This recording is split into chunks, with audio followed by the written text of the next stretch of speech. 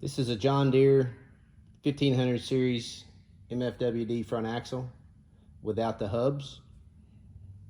It's not an ILS, it's just a straight 1500. We sell it complete just like you see it. Comes with the pivots on both ends, differential, ring gear and pinion, left hand, right hand axle housing. Does not come with the kingpin bearings or cones or seals. Those are install items. Doesn't come with a steering cylinder.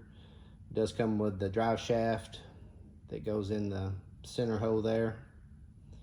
So we take these, when we have them used, we just take them off, we drain them, check and see if there's anything inside of them, any contamination. When we sell them and we get back a core exchange, basically we strip it all the way down.